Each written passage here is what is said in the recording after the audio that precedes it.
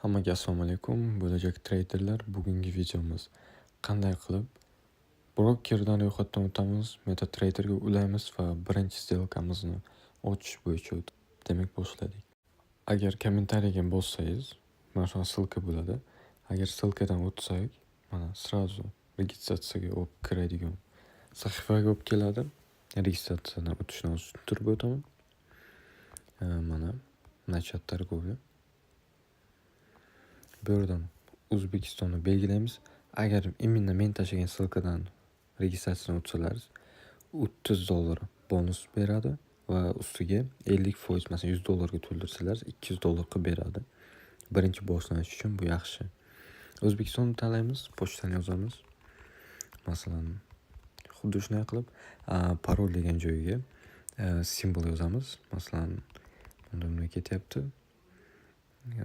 Bironta mana bunaqa belgi. Mana bu yerda to'g'ri bo'lishga bitta sifra. Bo'ldi. Buni bosamiz, registratsiyadan o'tib olamiz. Bu qiyin joy yo'q. Pochtalaringizga kod keladi. Tipo подтвердить qilish uchun. Shuni bosamiz. Bu yerda XMni skachat qilib olishimiz kerak. Shunda osonroq bo'ladi. Hozir kirib ko'rsatib beraman.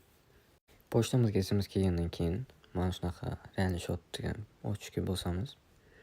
Bu yerda ism, familiyangiz, qanday pasport yozilgan bo'lsa, ochish foizini belgilab, tug'ilgan sanangiz, adres, qayerda yashashingiz hammasini pochtaga indeksgacha yozib chiqamiz.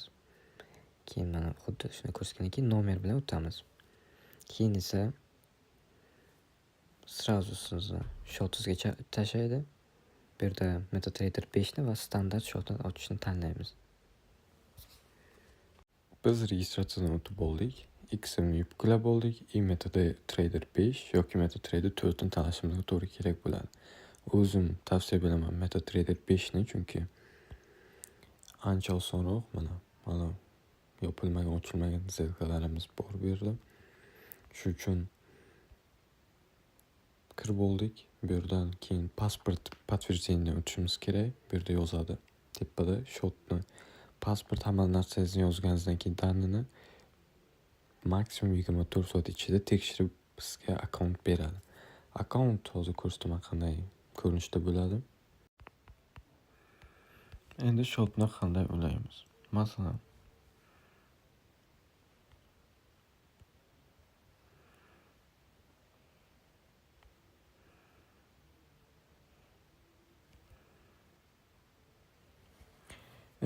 biz shot ochdik, bizdan noylar ko'rinadi, shu uchun ulab olishni ko'rsataman. My shot degan joyga bosamiz. Bu yerda pastida server degan narsani mana kopировать qilib olamiz. MetaTrader 5 ga kiramiz. Pastda настройки degan joy bor. Настройкиga bosamiz. Pluschani bosib, bu yerda shu kopировать qilgan narsamizni shunday qo'yamiz. Tamam. Bu yerda logins. Loginni ham xuddi shu yerdan bosib olamiz. Mana nomer shoti. Boshda yozgan parolingizni kirgizamiz. Yozib kirgizamiz, keyin bossak kiradi. Hisob to'ldirish uchun yana XM ga qaytamiz. Пополнить счет degan joy bor. Mana пополнить счет. Bu yerda Visa karta, Uzcard, Humo. O'zim tavsiya qilaman Visadan to'ldirishni, agar Humoda bo'lsa undan ham yaxshi. Visada chunki eng minimalni boshiga menimcha $5 edi. Hozir minimalni $15 bo'lgan. $15 kirgizamiz. Bu yerda подтвердить. Bu yerda karta raqamini yozasiz. Hamda qachongacha amal qiladi и CV kodini. Keyin kimga karta tegishli yozib bo'lgandan keyin pay qilamiz. 2 minut 1 minut ichida tashlab beradi. Agar tushunchangiz uncha yaxshi bo'lmasa, qanday qilib lot ochish hech nima tushunmasangiz, bu yerda signallar bor. Masalan, USD degani bu gold. Bu yerda poizchadan gold bo'lsa gold chiqadi. Ba'zilarga USD deb bo'lsa USD bo'lib chiqadi. Mana menda gold bo'lib turibdi. Bu Telegram kanallar bor. Masalan, aytadi, hozir sotib oling deydi. Buy deganini sotib olasiz. minimalni mana bu yerda 001 lot ochsa bo'ladi. Hozir yakshanba kun bo'lgani uchun ishlamayapti bozor. Bu yerda 001 lotdan ochiladi eng minimalniy risk uchun. Agar ozgina katta